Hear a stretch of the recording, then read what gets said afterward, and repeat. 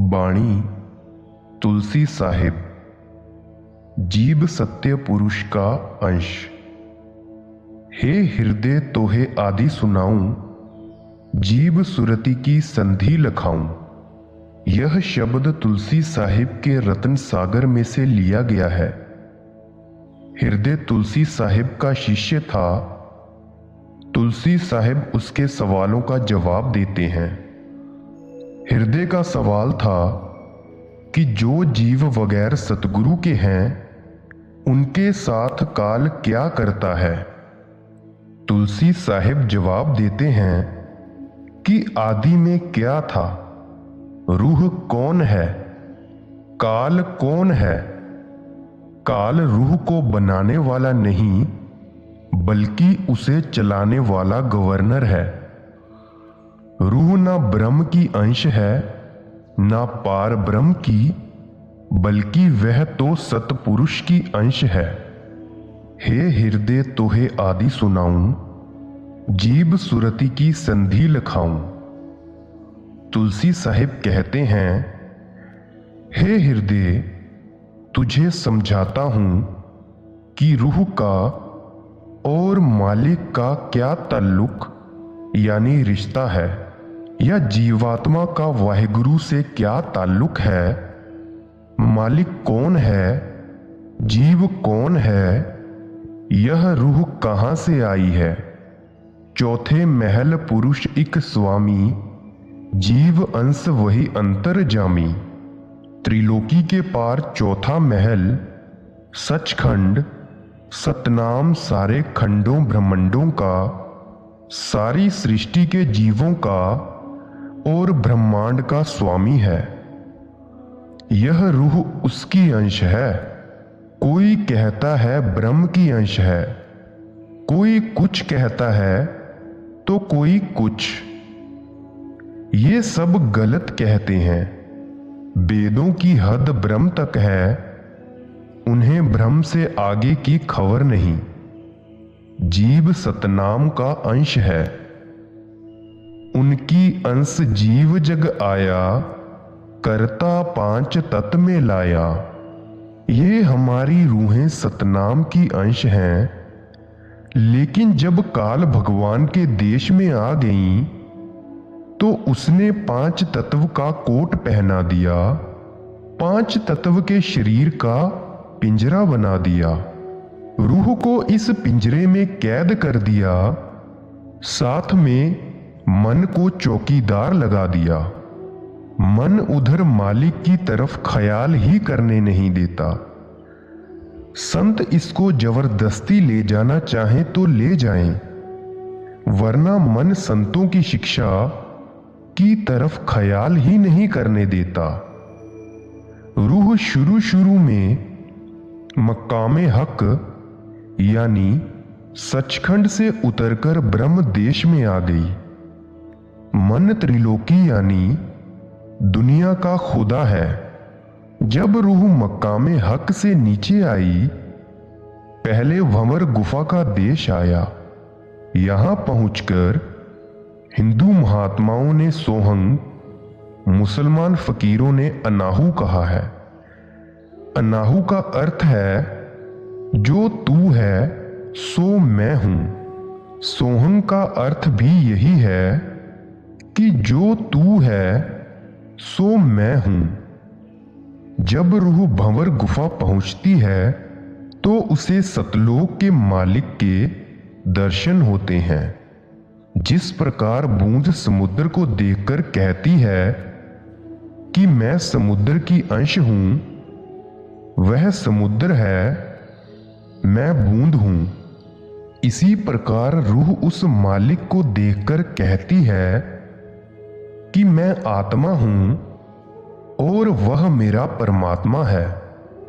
मौलाना room ने मसनवी के शुरू में बिस्मिल्लाह नहीं लिखी, बल्कि यहां से मतलब भंवर गुफा के देश से शुरू की थी। आप कहते हैं, बिश्नो अज न चू हिकायत मी कुनद, वज जुदाइया शिकायत मी कुनद। बांसुरी यानी रूह की आवाज को सुन, वह क्या कहती है। वह अपने बिछोड़े का दुख बयान करती है। फिर कहते हैं, कज नेस्ता ता मरा बवुरिदा अदम अज नफीरम मरदो जन नालिदा अंद। जिस प्रकार बांसुरी को बांसों के जंगल से काटकर लाया गया तो वह रोती है, इसी प्रकार रूह कहती है कि मैं मक्कामे हक सचखंड से बिछुड़ी हुई हूं। इसीलिए मैं बिछोड़े के दुख को याद करके रोती हूं। मक्कामे हक से रूहें अलग करके काल के हवाले की गईं। काल कहो या ब्रह्म, वेद शास्त्र उसी की महिमा करते हैं। असली भेद सिर्फ संत और फकीर ही जानते हैं, बाकी सब नीचे ही बैठे हुए हैं। संत इशारा देते हैं, फिर चुप हो जाते हैं। कर्ता ने काया रची, जुग जुग जग विस्तार, सार दियो बिसराए के, घर घर करत पुकार। यानी काल भगवान ने आत्मा को मन के पिंजरे में कैद कर दिया। मनुष्य को, पशु को, पक्षी को, सभी को। जीव अपने देश को भूल गया। इसको तो यह भी खबर नहीं कि मैं किधर से आया हूं और मुझे किधर जाना है। युगों युगों से बंदर की तरह यह अलग अलग शरीरों में नाचता फिरता है। कभी पशु, कभी पक्षी, कभी कुत्ता तो कभी बिल्ला। बड़ी मिट्टी पलीत हो रही है बेचारे की। काल ना आत्मा को बना सकता है, ना उसका नाश कर सकता है। उसने कड़ी तपस्या करके रूहें ली हैं। काल भगवान ने 70 चौकड़ी युग एक बार और 64 चौकड़ी युग दूसरी बार एक टांग पर खड़े होकर भक्ति की और सतनाम से रूहें मांगी। साथ ही बुद्धि इसमें डाल दी जो पिंड का प्रधान है, और जीवात्मा को पिंड में डाल दिया। वेद पुराण कर्म उपराजा, यासे करे जीव जग काजा। पुण्य और पाप की सारी दुनिया बनी हुई है। सारा संसार कर्मों के जाल में बंध गया। ऋषियों ने वेद बनाए, सारे संसार को सुनाकर ऐसा कर दिया कि कभी मुड़कर कोई जाए ही नहीं। संत इस जाल का भेद खोलते हैं। दुनिया उन्हें तकलीफ देती है, उनके खिलाफ हो जाती है, फिर कोई क्या करे। वाल्मीकि ने मेहनत की, पर्दा खोला और अंदर गए, जो ब्रह्म का भेद था बाहर जाहिर किया। रामचंद्र जी के जन्म से 10,000 साल पहले रामायण बना दी। काल ने बाहर अवतार धारण करके बाहर ही बुला दिया ताकि कोई अंदर ना जा सके। संत तो दया करते हैं, सबको ले जाना चाहते हैं, परंतु फिर काल सुनने ही नहीं देता। अंदर जाकर देखो, वह हर एक जीव के लिए झगड़ता है। पिता तो पुत्र को हीरे जवाहरात देना चाहता है, लेकिन पुत्र कौड़ियां मांगता है। वेदों, शास्त्रों, पुराणों ने कर्म बनाकर जाल रच दिया।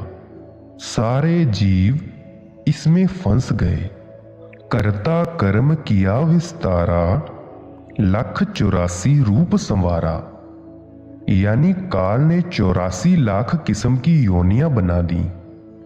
ये 84 लाख के पिंजरे बना दिए और इन रूहों को उनमें बंद कर दिया। कोई किसी पिंजरे में, कोई किसी पिंजरे में। काल अपरवल जाल पसारा, उन सब घेरी जीव को मारा। यह 84 लाख का पिंजरा कोई थोड़ा होता है। इसमें सभी जीव फंस गए। बड़ा जबरदस्त जाल फैला दिया जिसमें ऋषि मुनि, अवतार, पैगंबर, देवी देवता फंसे पड़े हैं। कर्म कलंदर आप नचावे, बाजी लाए जीव भटकावे। जिस प्रकार कलंदर यानी मदारी बंदर को घर घर नचाता है, इसी प्रकार इस आत्मा को कर्म नचाते हैं। जब कभी पुण्य कर्म आ गए, मनुष्य सुखी हो गया, पाप आ गए, दुखी हो गया। जैसा कर्म वैसा फल। कोई बंधन से बांधे बाई, ऐसे बंध अनेक लगाई। करोड़ों किस्म के बंधनों में आ गए। कोई चोर ठग, बदकार, लोभी लालची है, कोई कुछ, कोई कुछ, कोई पढ़ने से, कोई पढ़ाने से। हर एक जीव किसी न किसी बंधन के द्वारा बंधा हुआ है। यानी हर एक जीव इस संसार में अपने कर्मों के द्वारा बंधा हुआ बंदर की तरह नाच रहा है। कोई दांव नाही मार्ग पावे, धरी धरी देही जन्म सिरावे। काल ने निकलने का कोई मार्ग छोड़ा ही नहीं, सब मार्ग बंद कर रखे हैं। कोई दांव जीव का है नहीं कि निकल जाए। अगर कोई दांव है तो संतों की शरण है और कोई नहीं, क्योंकि कर्म करने से मुक्ति नहीं। जब तक कोई संत महात्मा या कामिल फकीर रास्ता देकर ऊपर न ले जाए, तब तक कोई नहीं जा सकता।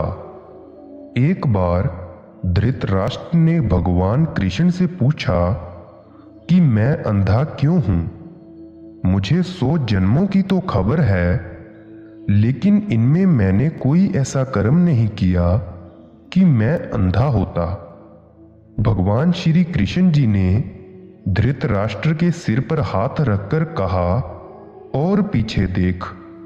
तब देखा तो 106 जन्म का कर्म निकला। यह बड़ा कॉम्प्लिकेटेड यानी पेचीदा जाल है। 84 से निकरी न पावे, बार बार बही माही समाबे। अगर अच्छे कर्म किए तो स्वर्गों में चला गया, फिर लौटकर आया, भोगों को भोगकर मनुष्य जन्म मिला। फिर खोटे कर्म किए तो नरकों में चला गया। मतलब यह कि काल इस जाल में से बाहर निकलने नहीं देता। काल अपने भक्तों को बैकुंठ, स्वर्ग और मुक्ति भी प्रदान करता है। काल की मुक्ति कल्प पर्यंत है। 1000 चौकड़ी युग बीतने पर एक कल्प होता है।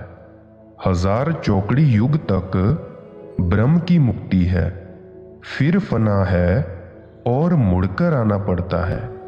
सच्ची मुक्ति और सदा के लिए मुक्ति काल के पास नहीं, वह मुक्ति तो संतों के पास है।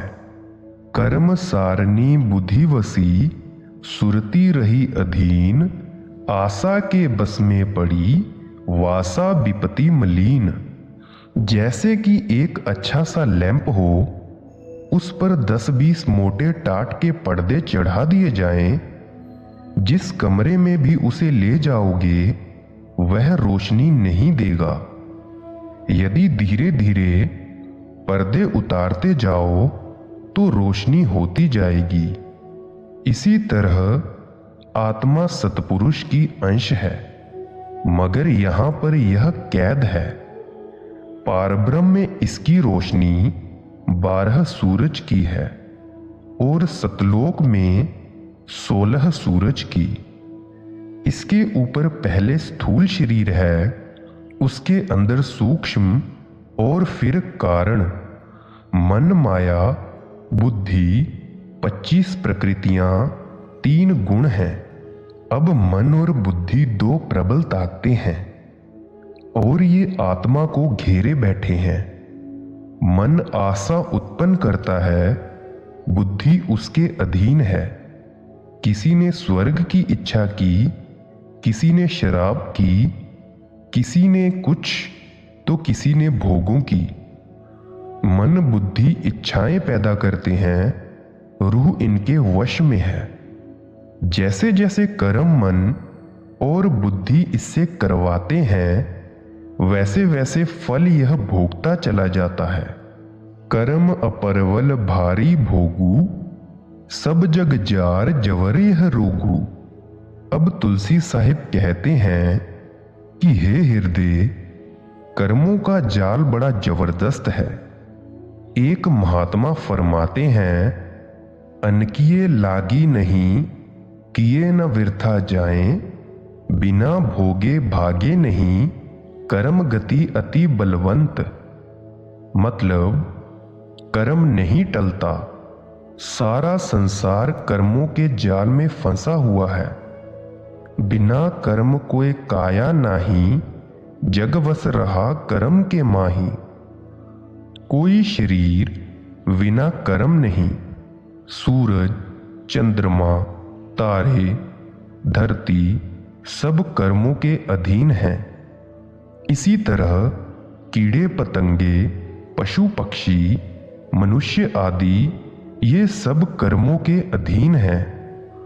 काया के बिना कर्म नहीं, कर्म के बिना काया नहीं। कर्म होता है तो काया बनती है, काया हो तो कर्म होता है।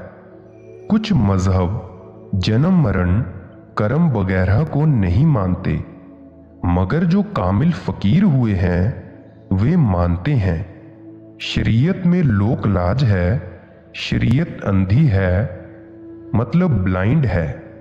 रूहानियत के मार्ग की 4 मंजिलें हैं, शरीयत, तरीकत, मार्फत और हकीकत। शरीयत कर्म कांड पहली मंजिल है और फकीरों की मंजिल है चौथी। काया बिना कर्म नहीं हुई, कर्म बिना काया नहीं कोई। यह एक दूसरे पर आश्रित है, एक के बगैर दूसरा हो ही नहीं सकता। यह अनादि से रचना भाई, जुगन जुगन ऐसे चले आई। जिस दिन से यह सृष्टि बनी है, उस दिन से यह कर्मों का कानून चला आ रहा है। युग बदलते हैं, लेकिन यह कानून नहीं पलटता। कर्म भूत सब जग को लागा, या से बची नहीं कोई जागा। कर्मों का भूत सारे संसार के जीवों को लगा हुआ है। ऐसी कोई जगह नहीं जहां की कर्म ना हो। कीट पतंग संग सब केरे, 3 लोक अंडा सब घेरे। चींटियां पतंगों आदि से लेकर ब्रह्मांड तक कुल रचना जितनी है, सब कर्मों के वश में है। कृष्ण भगवान उद्धव से कहते हैं कि हे उद्धव, यह जो कीड़ा जा रहा है, यह कई बार ब्रह्मा और इंद्र बन चुका है। जब स्वर्गों के राजा इंद्र और सृष्टि के कर्ता ब्रह्मा जैसे कीड़े बने फिरते हैं, तो वाक्यों का क्या हाल होगा। 7 दीप नव खंड कहावे, 14 लोक कर्म बस गावे। हमारी इस रचना के 7 द्वीप, 9 खंड और 14 लोक हैं। ये सब कर्मों के वश में है। कोई जगह कर्मों के बिना नहीं है। चंद्र सूर अरु 10 अवतारा, यह सब बंधे कर्म की जारा। चंद्रमा, सूरज, अवतार आदि सब कर्मों के दायरे में है। बताओ वाकी का क्या हाल होगा।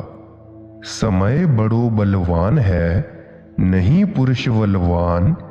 कावे अर्जुन लुटियों, वे ही धनुष वे ही बाण। समय समय की बात होती है।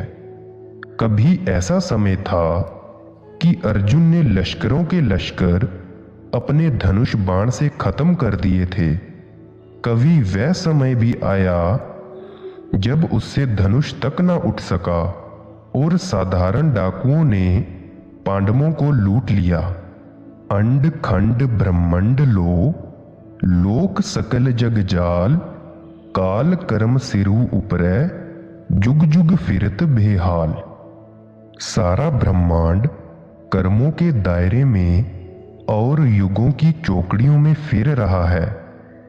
कभी राजा, कभी पशु, कभी पक्षी और अन्य योनियों में जीव फिरते रहते हैं। काल के चरित्र। अब यह काल चरित्र लखाऊं, अंदर प्राण बसे जही ठाऊं। अब सवाल उठता है कि जिनको नाम नहीं मिला उनके प्राण किस तरह निकलते हैं।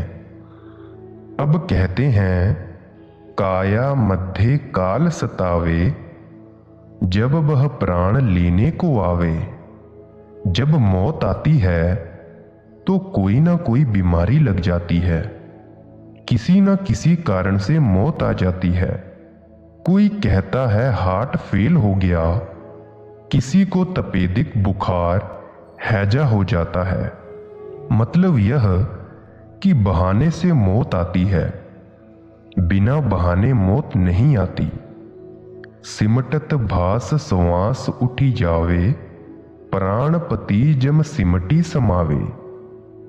जब रूह सिमटती है, आत्मा सिमटती है और श्वास बंद हो जाता है। सारे शरीर में से चेतन सत्ता निकलकर पीछे हट जाती है। भास आकाश तत् में जाई, तत् आकाश अंड में माही। दोनों आंखों के नीचे नीचे पिंड है। जब रूह बीमारी आदि के कारण सिमटती सिमटती पिंड में से इकट्ठी हो जाए और मुड़कर तालू से ऊपर अंड में आ जाती है तो मृत्यु हो जाती है। यह इस प्रकार है कि जब प्रलय आती है तो पहले पृथ्वी तत्व ढहता है, यानी वह पानी में घुलकर पानी हो जाता है। इसी तरह शरीर की मौत होती है। मानो सृष्टि की प्रलय बड़ी कयामत है और शरीर की छोटी। सो जब मौत आती है तो पहले मूल चक्र गुदा चक्र ढह जाता है। यहां पृथ्वी का वास है। पृथ्वी तत्व इंद्रिय चक्र में जाकर समा जाता है। पानी ने मिट्टी को घोल लिया। आगे नाभि चक्र है, वहां अग्नि है। जब इंद्रिय चक्र टूटा तो वह नाभि चक्र में जा समाया। आग ने पानी को सुखा दिया। इससे ऊपर हृदय चक्र या शिव चक्र आ गया। यहां हवा का वास है। जब नाभि चक्र टूटा तो हवा ने अग्नि को अपने में समा लिया। इस तरह हवा आकाश में समा गई। अब आत्मा 5 तत्वों मिट्टी, पानी, अग्नि, वायु और आकाश को लांघकर अंड में आ गई। जब यह कर्म कला उपजावे, बुद्धि सुरति को आन दवावे। अब यह बात गौर से सुनने वाली है। जब मौत आती है, शरीर से सारी चेतना सत्ता निकलकर अंड में आ जाती है। यहां सारे जन्मों के किए हुए कर्मों का निचोड़ निकलकर बुद्धि का संकल्प बनता है। अंतमता सोई गता, यानी सारे जन्मों के कर्मों का निचोड़ या अर्क निकलकर बुद्धि में आ जाता है। इसी संकल्प के आश्रय आगे जन्म होता है। पूरी जिंदगी में किए हुए क्रियामान कर्मों का निचोड़ या अर्क निकलकर बुद्धि का संकल्प बनता है। इसके आगे प्रारब्ध बनता है। मैली बुद्धि सुरति के माही, वही समय में जाए समाई। सारी उम्र विषय विकारों की मैली बुद्धि भोगों की आशिक ही रही। जब मौत आई, बेही विचार संकल्प बनकर सामने आ गए। सिवाय नाम के सारा ब्रह्मांड मैल से भरा हुआ है। मैली बुद्धि, मैले ही कर्म। बिल्ली को चूहों के सपने, किसी को किसी चीज के, किसी को किसी चीज के, तो किसी को किसी चीज के। सारा जहान मैला है। बुद्धि ने सारी उम्र मैल खाई, मैल कमाई, मैल ही साथ गई। जाए तो कहां जाए, काल ने कोई राह नहीं छोड़ी। कर्म अनुसार बसे मन आसा, सुरति मन बुद्धि बंधन घासा। कर्म अनुसार बसे मन आसा, सुरति मन बुद्धि बंधन फांसा। अब कहते हैं, हाय अफसोस, सारी उम्र मैले कर्म किए, कर्मों के मुताबिक आशा बनी। मन और बुद्धि ने इसको कर्मों के जाल में फंसाकर निकम्मा कर दिया। आत्मा तो सतनाम की अंश थी, सचखंड से आई थी, आकर काल के जाल में फंस गई। सुनत आवाज श्याम सठ घांसा, घेर घुमरी लावे जहां संवासा। अब दम निकलने को है। अंदर काल आवाज दे रहा है कि इस ओर रास्ता है, मेरी तरफ आ। सतगुरु मिला नहीं, सतगुरु को आना नहीं है। अब काल ही काल है। आवाज आती है, इधर राह है, इधर को आओ। कर्म सारणी बुद्धि वसै, आशा वास निदान। यह नव द्वारा पिंड में, निकसी जाए ज्यों प्राण। जब 9 द्वार छोड़कर पिंड में से प्राण निकलते हैं, तब यह हालत होती है। यह जीवात्मा आशा के अधीन वासा प्राप्त करती है। यह तो कर्म बुद्धि अनुसारा, अब सुनियो यह काल पसारा। यह हिसाब तो कर्म और बुद्धि के अनुसार है। अब जो काल का पसारा है, वह भी सुन लो। अष्ट कंवल दल अंदर माही, हवा छिपी बैठा काल कसाई। दाहिनी ओर सतगुरु और वाई ओर काल है। काल अष्टदल कमल में वाई तरफ बैठा हुआ है। सतगुरु मिला नहीं, नाम मिला नहीं। जब सब भास सिमटी करी आवे, जब सुरति पै बुद्धि पहुंचावे। जब दम निकलने पर आया, अब बुद्धि रूह को दबाए बैठी है। इस समय जीव के सामने दुनिया का ख्याल है। दुनिया के एक्शन कर्म आगे आते हैं। कंवल द्वार पंखड़ी को रोके, उल्टी सुरती काल मुख सोखे। अब रास्ता कोई नहीं। ऊपर से आवाज आ रही है, इधर आ। एकदम रूह काल के मुख में, और कोई रास्ता नहीं। सहारा देने वाला गुरु है। गुरु के साथ प्यार नहीं, गुरु मिला नहीं। अब सहारा किसका हो? काल दाड़ में आन चवानी, जब ढरके नैनन से पानी। जब काल दाड़ में दबाता है, तो आंखों से पानी निकलता है, पाखाना निकलता है। अब इस वक्त यह मुड़कर अपनी हालत का बयान नहीं कर सकता। जितनी इंद्रियां हैं, सब बेकार हो गई हैं। इस दुख से बचने के लिए भजन किया जाता है। जब मन बुद्धि जबरदस्त हो जाए, तो सतगुरु की शरण क्या करे। संत इसीलिए भजन सुमिरन करवाते हैं, ताकि मौत के वक्त वही संकल्प हो। इस दुनिया से बचने के लिए सतगुरु की शरण ली जाती है। जिक्र है, एक कुम्हार कुछ गधे ले जा रहा था।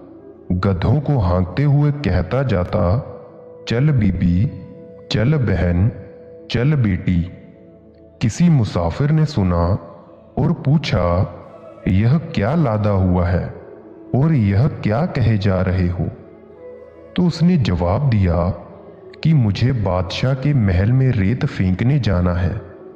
वहां कहीं ऐसा ना हो कि मेरे मुंह से कोई गाली निकल जाए, इसीलिए मैं अभ्यास कर रहा हूं। लगे टकटकी दिखे न भाई, बाही समय को करे सहाई। अब दिखता नहीं, टकटकी लगी हुई है। उस वक्त कौन मदद करता है? उस वक्त मदद करने वाला गुरु है। गुरु मिला नहीं, कानों से पकड़कर यमदूत ले जाते हैं। ना माता, ना पिता, ना भाई, ना बहन, कोई मदद नहीं कर सकता। सहायता करने वाले हैं तो गुरु और शब्द।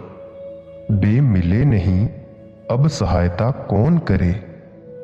जम के दूत घेर चहुं फेरा, निकसे प्राण छोड़ करी डेरा। अब यमदूतों ने आकर घेर लिया। जब प्राण निकले, यमदूतों ने आकर संभाल लिया। यमदूत कहो या फरिश्ते, घर वालों की जिम्मेदारी पूरी हो गई। जहां आसा तहां वासा, कर्म सारनी बुद्धि कहाई। जहम भई आस बास जही माही। क्योंकि बुद्धि और मन ने कर्म किए, जैसी भी बुद्धि में आशा रही वैसी ही जगह जा पड़े। कर्म आस की वास में जोनी जोनी समाये। जो जैसी करनी करे, सो तैसे फल खाए। सो जैसा जैसा कर्म किया, वैसा ही उसका फल मिला। जो बीज बोया, वही काटा। नरकों के दुख, जम का जुल्म जोर दरसाऊं। मार्ग में जिब विपत्ति बताऊं। यमदूत लेकर जाते हैं और धर्मराय के आगे पेश करते हैं। रास्ते में जीव को बड़े बड़े दुख देते हैं। जीव कहता है, प्यास लगी है, पानी पिलाओ। यमदूत कहते हैं, फलाना यज्ञ तप जो तुमने किया है उसका फल दे, तब पानी मिलता है।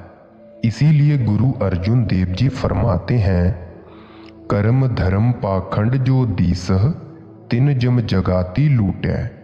निर्वाण कीर्तन गावहु करते का, निमख सिमरत जित छूटै। वे तरह तरह के दुख देते हैं और यह सहन करता है। लोह के खंभ तपत के माही, जहां जीव को ले चिपटाई। लोहे के खंभे तप रहे हैं। जिन स्त्रियों और पुरुषों ने कुकर्म किए हैं, वे इन खंभों से चिपटाए जाते हैं। काम की आग लेकर, विषय विकारों को भोगकर दो यख की आग में जलना पड़ता है। जो पुरुष पराई स्त्री और जो स्त्री पराये पुरुष से गले मिलती है, उनको इन खंभों के साथ लगाया जाता है। अब गले मिलना नियत पर निर्भर करता है और जिसकी जैसी नियत होती है उसको वैसा फल मिलता है। पुत्र बाहर से आता है, माता उसे गले से लगा लेती है। विचार बुरा नहीं होता। अगर भाई आ जाए तो बहन गले लगा लेती है। क्या मजाल कि बुरा ख्याल आए। लेकिन जब पराई स्त्री आ जाए तो झट ख्याल बुरा हो जाता है। तड़फ तड़फ जिब जुलम दुखारी, तपत खंभ दुख उपजै भारी। यह तड़पता है, दुख उठाता है, वे खंभों से इसे चिपटाते हैं। यह हटता है, वे फिर चिपटाते हैं। अति दुख है, महाभयानक पाप है। उन खंभों का हाल क्या कहें। जिस तरह लुहार भट्टी में लोहा गर्म करते हैं, ठीक इसी तरह वे खंभे लाल होकर तप रहे हैं। ये सब दुख किसने दिलाए? मन और बुद्धि ने, इंद्रियों के स्वादों ने। संत झूठ नहीं कहते, वे कहते हैं कि सब कुछ तुम्हारे अंदर है। दोजख भी अंदर है, बहिश्त भी अंदर है। एक समय की बात है, मैं उसका नाम नहीं लेता, एक आत्मा का विचार गंदा हुआ और वह नरकों में चली गई। मुझे बाबा जी ने कहा कि अमुक आत्मा तड़फ रही है। मैं गया और पूछा कि सिमरन याद है कि नहीं? कहती है नहीं। मैंने कहा कि स्वरूप आता है? कहती है नहीं। मैंने कहा कि मेरी आवाज सुनाई देती है? कहती है हाँ। मैंने कहा कि मेरी आवाज को पकड़कर चली आओ? कहती है अब मुझे कोई खतरा नहीं, सतगुरु भी आ गया है और शब्द भी। मैं देख रही हूं कि जीवों को क्या क्या सजा मिलती है। ऐसे कष्ट जले जिब भाई, बही समय की विपत्ति बताई। पाया भोग सोग सोई जाना, छटपट करे जीव बिलखाना। यह तो लज्जत लेने गया था, अब आग में जलना पड़ा। यही गुरु नानक देव जी फरमाते हैं, बहु साधहो दुख परापत होवै, भोगो रोग सो अंत बिगोवै। कहते हैं यहाँ जो ऐशो इशरत करते हैं, लज्जतें भोगते हैं, यह भोग वहां जाकर रोग यानी जहर हो जाते हैं। अब नरकन का सुनो सुभागा, कर्मी जीव सहें दुख दावा। जब धर्मराज के दरबार में गए, उसने हिसाब देखकर नरकों में डाल दिया। आगे नरकों का दुख सुनो। कुंभी नरक निदान यह, पड़े जीव जब जाए। सिर समेत बूढ़ा रहे, सदा नरक के माही। कुंभ घड़े को कहते हैं। कुंभी घड़े की शक्ल का एक बहुत विशाल नरक है, जिसमें से बुरी बू, पाखाना, गंदगी, मल वल्की, पाखाने से भी गंदी बदबू आती है। जीव को उसमें फेंक देते हैं। यह सिर समेत उसमें डूबा हुआ गोते खाता है। जब ही नरक सिर ऊपर काढ़े, जब ऊपर जूती जम मारे। वह सांस लेने के लिए सिर बाहर निकालता है तो यमदूत ऊपर से जूते मारते हैं, डंडे मारते हैं। वह कुंभी नरक में डूबा रहता है। जब सिर निकालता है तो यमदूत उसे जूते मारते हैं। 1000 चौकड़ी युग का एक कल्प होता है। कई कल्प पर्यंत यानी अनगिनत युगों तक जीव को वहीं रहना पड़ता है। फिर नरकों में से निकालकर इसे 84 में डाल देते हैं। कभी घास, कभी फूस, कभी पक्षी, कभी पशु, फिर कहीं मनुष्य की योनि मिलती है। कई जुगन लौ रहे बिहाला, फिर अघोर नरक ले डाला। यह तो नहीं कि फिर छोड़ देते हैं। कुंभी नरक से निकालकर फिर घोर नरक में डाल देते हैं। यह संतों की वाणी है। वे खुद देखकर कहते हैं, ऐसा नहीं कि वेदों शास्त्रों में पढ़ा सुना कह रहे हैं। नहीं, बल्कि खुद देखकर कह रहे हैं। हाकों कठिन भोग दुखदाई, तन सड़ी मेरे उपजी वही माही। घोर नरक में इसे जलाते हैं। जीव को सूक्ष्म शरीर देकर सजा देते हैं। यह स्थूल शरीर तो यही मातलोक में जला दिया जाता है। निकसी ना होए कभी निर्वारा, घाड़े बंद बंद है चौंधारा। मजबूत जेल खाना है, सिपाही बाहर खड़े हैं। निकलने का रास्ता है नहीं, जाएं तो कहां जाएं। पापी जीव अधम है सोई, कर्म भोग भुगते जो कोई। जो पापी जीव हैं उनके कर्म भुगताए जाते हैं। करनी कीन्ह मलिन बताई, जिनकी दशा भोग दरसाई। मनुष्य जन्म पाकर मैले मैले कर्म किए, डाके, चोरियां, दुराचारियां, ठगियां और अन्य खोटे कर्म किए, उनका फल यहां भुगतना पड़ा। नरक अनेकन और हैं, कहां लग करूं बयान। दुख भुगते यह जीव, ज्यों जाने जो भोग समान। सारे वेद शास्त्र 18 किस्म के नरक बताते हैं। कितनों का बयान करूं, केवल नमूना दिखा दिया है।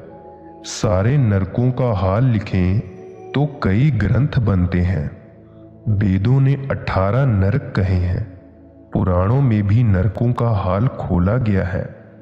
नचिकेत पुराण को पढ़कर देखो, उसमें भी 18 नरक बताए हैं, लेकिन बहुत भयानक फोटो खींचा है। वहां ग्रास ग्रास का पूरा हिसाब लिया जाता है। खानी योनि के कष्ट यह भुगताए बहुरी सुनु भाई, जोनी खानी जुल्म दुखदाई। नरकों का दुख भोगने के बाद इसे मनुष्य नहीं बनाते, बल्कि कर्मानुसार दुख देने वाली योनियों में डाल देते हैं। नरक में से निकालकर इसे वृक्ष की योनि मिलती है। वृक्ष से कीड़ा, कीड़े से पक्षी, पक्षी से हैवान और हैवान से मनुष्य का जन्म मिलता है। यह नीचे से उन्नति करता है, फिर ऊपर चढ़ता है। यही इस्लाम के कई फकीर भी कहते हैं कि यह अपने कर्मों के अनुसार ऊपर आता है। एक एक योनि का हिसाब लिखें तो 84 लाख योनियों के लिए 84 लाख किताबें चाहिए। पढ़े कौन और लिखे कौन? यह संसार एक अथाह समुद्र है। जीव अंधे हैं और इसमें डूबे हुए हैं। कबीर साहिब जी फरमाते हैं, कबीर जग काजल की कोठरी, अंध परे तिस माहे, हाउ बलिहारी तिन कऊ पैस जो निकस जाहे। इस संसार से निकलना कोई आसान नहीं। कोई संत सतगुरु ही निकाले तो निकाले, नहीं तो जीव जन्मों जन्मों में दुख पाएगा। अंडा मध्वय जीव बिचारा, सो सब बहे 84 धारा। संसार में जीव 84 की धारा में बहे चले जा रहे हैं। कभी हैवान, कभी इंसान, कभी कीड़ा, कभी पतंगा, कभी पशु, कभी पक्षी। करोड़ों युग बीत गए यहीं गोते खाते हुए, अभी किश्ती पार नहीं लगी। अगर सभी धाराओं का हिसाब लिखें, पढ़े कौन और सुने कौन? हे हृदय यह अद्भुत बाता, लख पावे नाही कर्म विधाता। हृदय यह अजीब खेल है, इसे ब्रह्मा भी नहीं समझ सकता, ना विष्णु समझता है, ना शिव समझता है। यह खेल ही काल ने अजीब बनाया है। ब्रह्मा बासन गढ़े कुम्हारा, बोहु पुनि कर्म जोग अनुसारा। ब्रह्मा एक कुम्हार के समान है। जैसी चीज बनानी होती है उसे हुक्म मिलता है कि ऐसे बनाए। उसके आगे जीव के कर्म रख देते हैं, वह उसके अनुसार शरीर बनाकर रख देता है। यह जो शरीर आपको मिला है, काला, गोरा, बीमार, तंदुरुस्त, दुखी, सुखी, अच्छे और बुरे विचारों वाला, यह सब कर्मों के अनुसार है। शिव जोगी भिक्षा में राजे, विष्णु भोग बैकुंठ बिराजे। शिव योगी भिक्षा में मस्त है, विष्णु लक्ष्मी को लेकर बैकुंठ में बैठा है। इसी तरह संसार के जीव अपनी अपनी जगह मस्त बैठे हैं। ब्रह्मा विष्णु शिव कर्मों में माया के खेल में भूले हुए हैं। ब्रह्मा और सरस्वती, विष्णु और लक्ष्मी, शिव और पार्वती तीनों मिलकर माया का विस्तार कर रहे हैं। वे भी कर्मों के जाल में फिरते रहते हैं।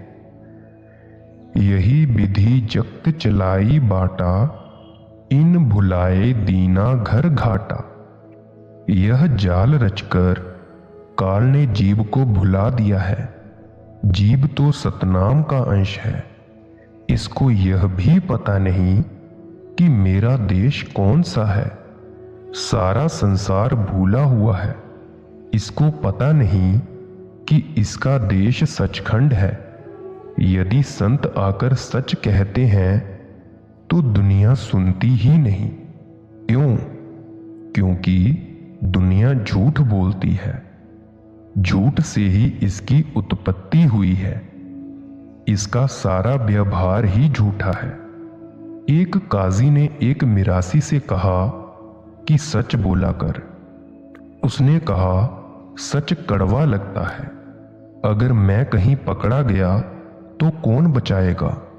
काजी ने कहा, सांच को आंच नहीं, फिर मैं बचाऊंगा। मिरासी ने कहा, बहुत अच्छा। एक आदमी एक औरत को भगाकर लाया था। उसकी एक जवान लड़की थी। मिरासी ने उस आदमी के घर जाकर कहा, उठ रही भगाई हुई की लड़की, मुझे रोटी दे। उसने मां से कहा। मां ने आदमी से कहा। आदमी ने लकड़ी लेकर मिरासी को जा घेरा। मिरासी दौड़ता हुआ काजी के पास गया और कहने लगा, मुझे बचा लो। काजी कहने लगा, भाई इस वक्त तो अपना बचाव कर ले, चाहे झूठ बोलकर ही कर ले। मिरासी आदमी के पास जाकर कहने लगा, हे दयालु यजमान, अच्छे यजमान।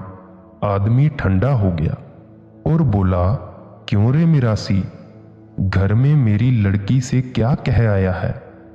कहने लगा, यजमान, मैंने उस समय भांग पी हुई थी। मुझे तेज भूख लगी थी। नशे की हालत में कोई होश नहीं था। आदमी उसको घर ले गया और लड़की से कहने लगा कि दे ससुरे को रोटी। रोटी खाकर मिरासी काजी के पास गया और कहने लगा, देखो मैंने झूठ बोलकर अपनी जान बचा ली है। सो इस संसार में झूठ ही झूठ है। सारी दुनिया इसी धारा में बही जा रही है। जीव के खोटे कर्म की सचखंड से निकल कर आ गया। जीव अंधा और बहरा है। इसे अपने आदि और अंत की खबर नहीं। गुरु अमरदास जी फरमाते हैं, माया धारी अत अना बोला, शब्द न सुनई बहु रोल घगोला। कुल दुनिया आवागमन के समुद्र में बही जा रही है। इस तरह जीव भवसागर में जन्म लेता और मरता है। अब यह कथा कहूं विस्तारी, हृदय सुनिए ज्ञान विचारी। संत छाप जिहि जीव पे लगी, कोई जीव भूल गया अनुरागी। हे हृदय, अगर संतों ने किसी को नाम दिया है, अपनी मुहर उस पर लगा दी हो, यदि वह खोटे कर्मों में पड़कर भूल गया, प्रेम प्रीति को छोड़ गया, तो उसका क्या हाल होगा? फिर खुद ही जवाब देते हैं, कुसंगति से भूल समानी, जाकी कहूं सुनो सहदानी। खोटी संगत मिल गई, भूल गया। वैसे जीव प्रेमी था। यदि प्रेमी न होता तो नाम क्यों लेता? यदि बेटा गुनाह करे तो बाप सजा दे देगा, मगर उसको पुलिस के हवाले नहीं करेगा।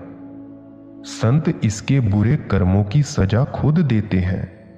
काल के हवाले नहीं करते। संतों की सजा काल की तरह नहीं, बेसजा देकर फिर गले से लगा लेते हैं। जिस तरह बच्चा गंदगी से लथपथ है, मां को उसे गोद में उठाना है, वह क्या करेगी? वह पहले उसे धोएगी, फिर गोद में लेगी। खोटे कर्म शिष्य ने किए हैं, सतगुरु को उसे साफ करवाने हैं। साफ किए बिना लेकर नहीं जाते। संत जीव को सजा देकर फिर बख्श लेते हैं।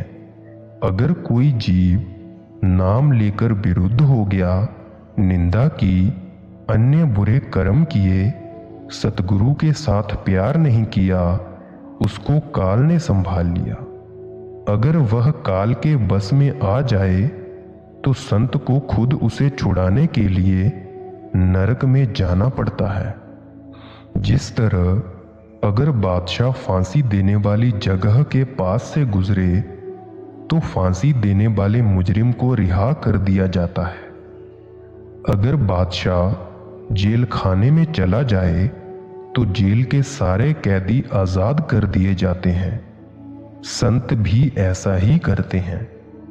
जब जब किसी एक जीव के कारण संतों को नरकों की ओर जाना पड़ा है, सारा नरक ठंडा कर दिया। राजा जनक ने नरक ठंडा किया, गुरु नानक देव जी ने भी किया।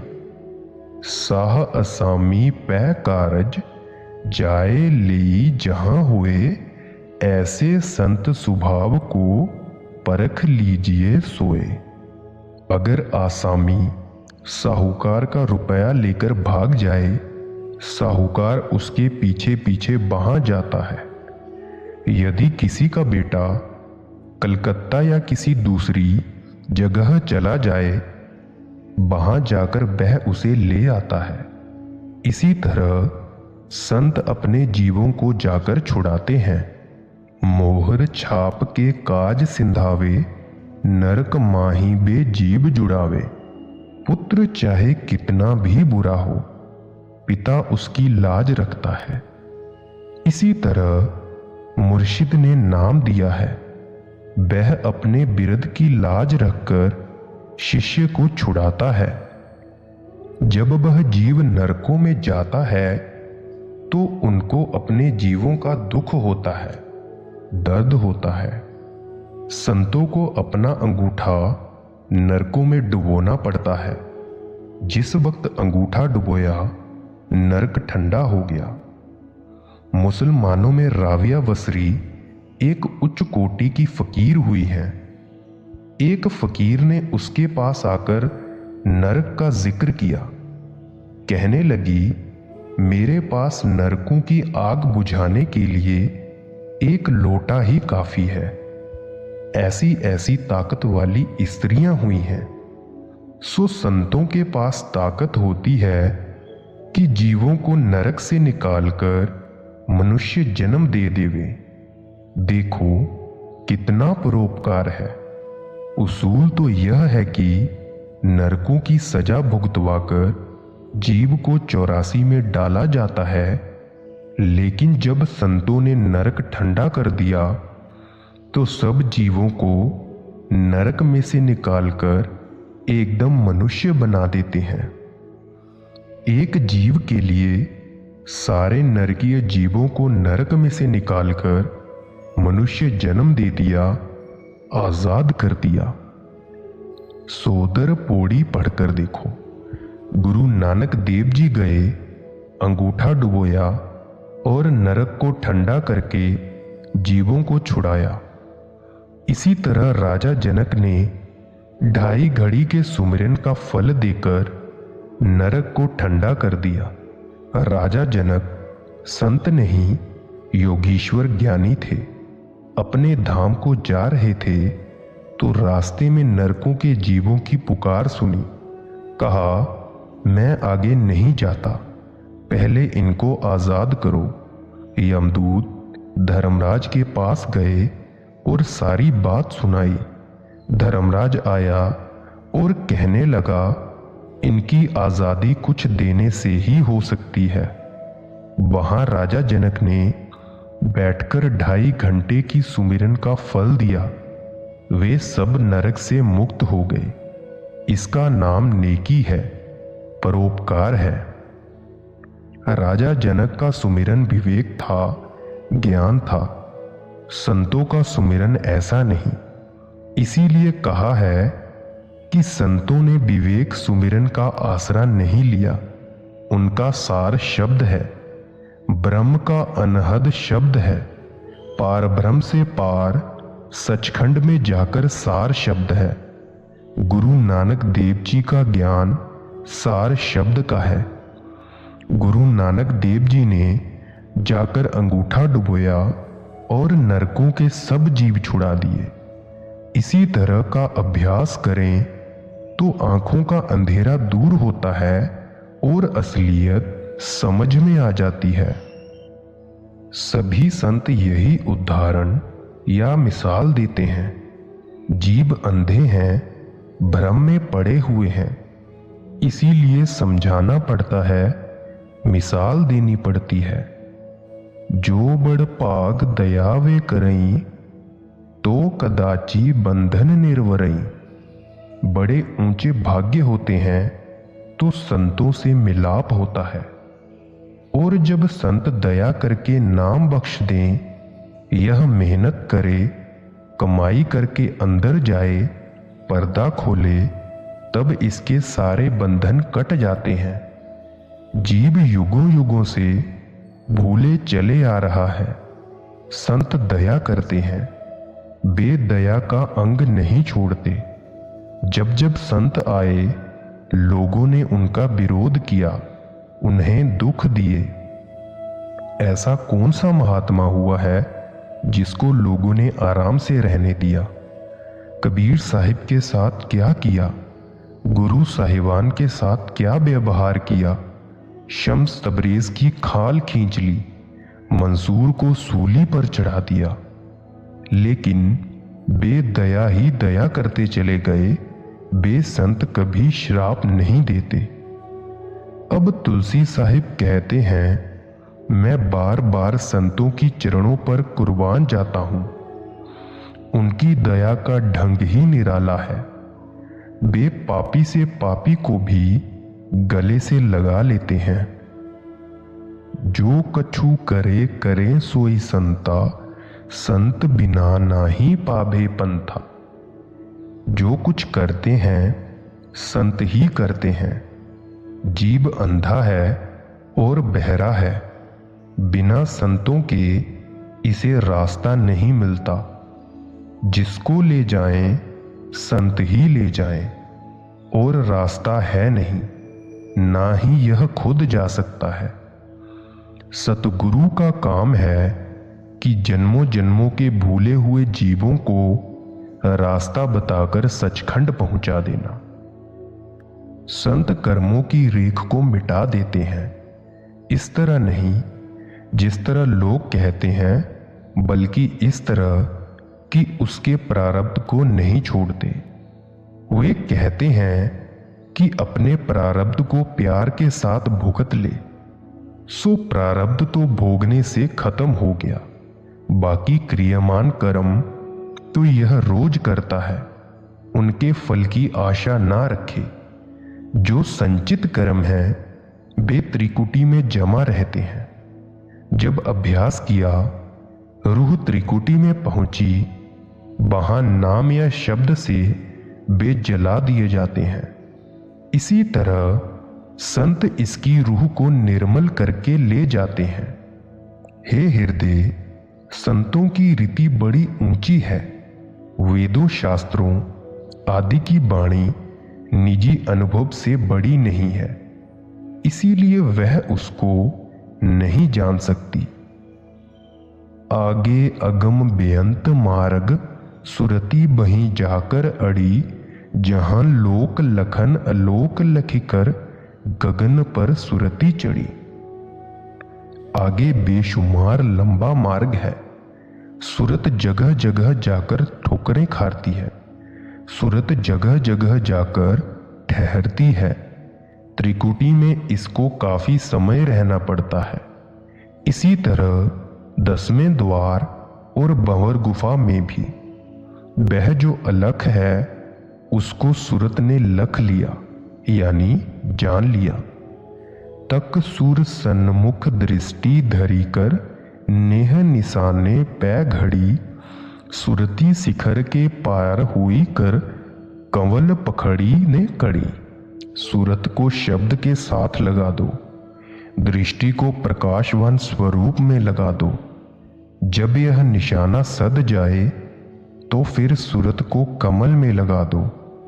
यह कमल 10वें द्वार में मानसरोवर यानी अमृतसर में है। गुरु रामदास जी ने जब बाहर अमृतसर तैयार करवाना चाहा तो मिस्त्री को बुलाकर नक्शा दिखाया। जब वह ना समझ सका तो अपनी तवज्जो देकर उसे 10वें द्वार में ले गए। उसने अमृतसर का नक्शा देख लिया, लेकिन जब बाहर अमृतसर बनाया तो कमल तैयार न कर सका। उसकी जगह पानी में मंदिर बनाकर खड़ा कर दिया। वह मंदिर कमल की नकल है। जब रूह का अंदर आना जाना बन जाए फिर उसे वहां जाते एक घड़ी भी नहीं लगती। रूह सब कुछ छोड़कर, सारे बंधन तोड़कर अकेली सचखंड पहुंच गई। यह रूह सचखंड से आई थी, वापस उसी अंगूठी यानी सतनाम की गोद में नगीने की तरह जाकर जड़ दी गई। जिस देश से आई थी उसी देश में चली गई। दुनिया जिसको अलख अलख कहती चली आई है, संतों ने उसे लखा कह दिया। संतों की कृपा से रूह का सतपुरुष के साथ मिलाप हो गया। रूह सुहागिन हो गई। कहाँ सूरत नरकों में दुख उठा रही थी, कहाँ संतों ने उनको अपनी दया से निकालकर उसका सतपुरुष से मिलाप करवा दिया। अब तुलसी साहिब कहते हैं कि इसी तरह सभी संतों की साखियां उनकी महिमा का वर्णन करती हैं, जिनको सुनकर सभी कानों पर हाथ रखते हैं। क्योंकि संतों के सिवाय और कोई नहीं जो भूले हुए जीवों को नरकों से निकालकर सचखंड ले जा सके और मालिक से मिला सके। सारा जहान संसार समुद्र के अथाह जल में बह जा रहा है। जो जीव संतों की शरण में आते हैं, संत उनकी बाह पकड़कर उन्हें नाम रूपी किश्ती में चढ़ाकर पार कर देते हैं। ऐसे हृदय संत सुभावा, भवजल पार लगावे थावा। अब तुलसी साहिब कहते हैं कि हे हृदय, संतों का काम है जीवों को भवसागर से पार कराना। वे दया लेकर आते हैं, उनका ज़हूर जीवों को पार कराने के लिए होता है। वे कौम और मजहब बनाने के लिए नहीं आते। पहले ही कौम और मजहब क्या कुछ कम है? हाँ, जब जब संत उपदेश देकर चले जाते हैं, दुनिया के लोग छोटे छोटे दायरे बना लेते हैं और परमार्थ को मजहब के रंग में रंग देते हैं। नतीजा यह होता है कि लोग एक दूसरे से नफरत करने लग जाते हैं। मैं कहता हूं, वे पाप करते हैं। जिस तरह साहूकार माल का जहाज भरकर इधर का उधर और उधर का इधर ले जाते हैं, इसी तरह संतों का भी नाम का जहाज है। वे जीवों को नाम देकर पार भेजते हैं। संत नाम के जहाज में रूहों को भरकर पार पहुंचा देते हैं। संत उस देश यानी सचखंड का माल लाकर यहां बेचते हैं। माल क्या है? नाम। और इस देश की रूहों को मेवा अर्थात नाम देकर जहाज भरकर उधर ले जाते हैं। यह मातलोक यमों का देश है। जीव अंधे और बहरे हैं। किसी को संतों के माल की पहचान नहीं कोई नहीं खरीदता। कबीर साहब फरमाते हैं, नाम रतन धन मुझ में, खान खुली घट माही, सेंत मेंत ही देत हूं, गाहक कोई नाही। कि मेरे अंदर नाम की खान है, नाम रूपी हीरे जवाहरात भरे पड़े हैं, मैं मुफ्त देता हूं, मगर अफसोस कोई लेने वाला नहीं है। वे गली गली में होका देते हैं, पुकारते हैं, कभी गुरु नानक बनकर आए, कभी कबीर, कभी शम्स तबरेज, कभी मौलाना रूम, लेकिन ले कौन? कोई लेता ही नहीं। वे तो वार वार होका देते हैं। जब लोग संतों के पास आते हैं तो संत कहते हैं कि तन मन धन दो, फिर देंगे। जब भाव सुनते हैं तो कहते हैं कि भाई यह माल बड़ा महंगा है, हम नहीं लेते। सच्ची बात सुनकर सिर हिला देते हैं और फिर नहीं आते। संत लेते भी कुछ नहीं है और छोड़ते भी कुछ नहीं है। जो बात है सच्ची सच्ची है। जब वे दया करके इनके पल्ले में नाम डाल दें तो ये तन मन धन दिए बिना ही पल्ला हटा लेते हैं। संत कद्र बिना माल नहीं बेचते, यानी अधिकारी के बिना नाम नहीं बेचते। जीव नहीं जानते कि माल कितना कीमती है और कितनी दूर से आता है। उनको संतों के देश की समझ नहीं। अगर समझ हो तो खुशी से लेने दौड़ पड़े। यह संतों का मेवा प्यारे से प्यारा, मीठे से मीठा है। जब खाया ही नहीं तो स्वाद कैसे आए? जो खरीदते ही नहीं उनको मेवे के स्वाद का क्या पता। अगर वे खाएं, अमृत पिएं, नाम की लज्जत लें तो मेवे का स्वाद आ जाए। जिन्होंने उस मेवे को लिया नहीं, खाया नहीं, दिया नहीं, उनको क्या पता कि संतों का मेवा कैसा है। यह संतों की कीमती माल उत्तम से उत्तम है, बड़ी ऊंची वस्तु है।